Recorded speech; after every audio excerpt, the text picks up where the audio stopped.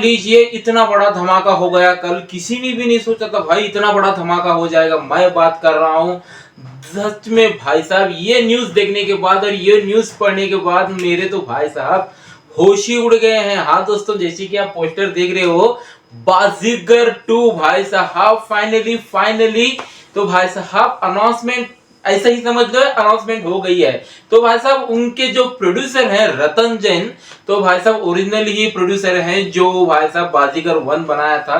तो भाई साहब उसके जो डायरेक्टर थे अब्बास और मस्तान थे। तो भाई साहब बाजीगर 1 का जो चला था भाई साहब, उस फिल्म को भाई साहब कोई भी नहीं करने को तैयार नहीं था। पहले तो भाई साहब बहुत गई है फिल्म, पहले तो भाई साहब ये गई सलमान खान के, उससे पहले तो भाई सलमान खान के पास उसने कुछ कारणवश नहीं करना चाहा, और उसके बाद अरबाज खान की तरफ गई, वो भी नहीं कर पाया, और उसके बाद जो आमिर खान थे उसके पास गए, वो भी नहीं कर पाए, और भाई साहब बहुत सारे एक्टर थे। तो भाई साहब इस फिल्म को नकारा था। तो भाई साहब शाहरुख खान को एक पहचान मिल गई थी इस फिल्म के बाद, जब वो फाइनली शाहरुख खान के पास गया ये रोल बाजीगर का, जो विलन वाला रोल है सबको पता ही है।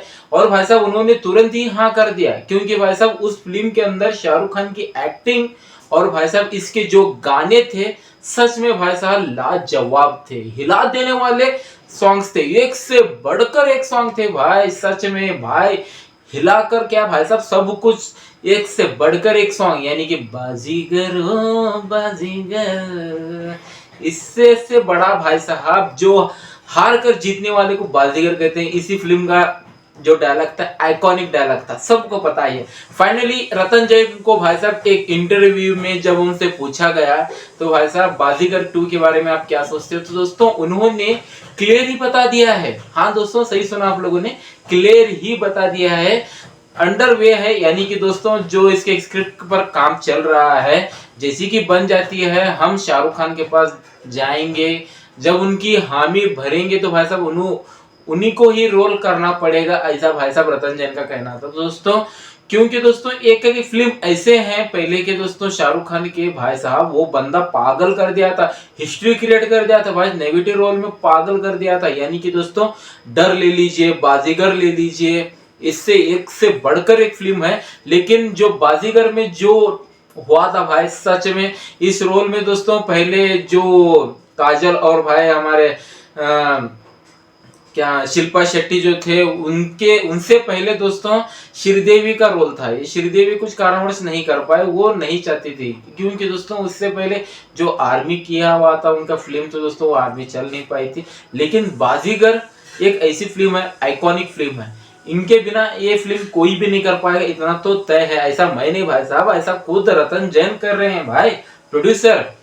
जब ये पूरा स्क्रिप्ट खत्म हो जाएगी, जैसे कि पूरा फाइनलाइज हो जाएगा स्क्रिप्ट में, तो उसके बाद ही हम शाहरुख खान से जब पूछे जाएंगे, जब उन्होंने हामी भरा तो जब इस काम पर तुरंत ही स्टार्ट कर देंगे।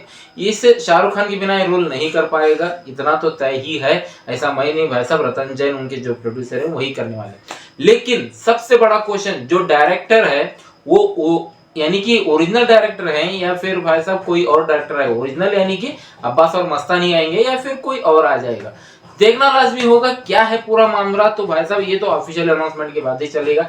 लेकिन शाहरुख खान इस वक्त जो है ना भाई, वो किंग में फुल टू बिजी चल रहे हैं। जनवरी में इसका शूटिंग भी स्टार्ट हो जाएगी नो डाउट। उसके बाद दोस्तों पठान 2 की शूटिंग स्टार्ट हो जाएगी। जैसे कि किंग समाप्त हो जाएगी उसके बाद ही पठान 2 को हाथ डालेंगे। उसके बाद कहीं जाकर कोई भी प्रोजेक्ट से पहले दोस्तों वो टाइगर वर्सेस पठान करना चाह रहे हैं, तो वो वहां देखना लाजमी होगा पठान और टाइगर, क्योंकि यहाँ सलमान खान का शेड्यूल फुल टू बिजी चल रहा है।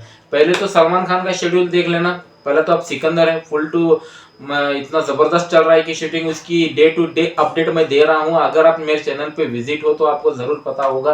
तो दोस्तों सिकंदर है, उसके बाद दोस्तों एटली 6 है, उसके बाद द बुल है, और भाई साहब इसके अलावा बहुत सारे पठान और टाइगर है, और ऐसे बहुत सारे उनकी फिल्में हैं जो लाइनअप में लगे हुए हैं।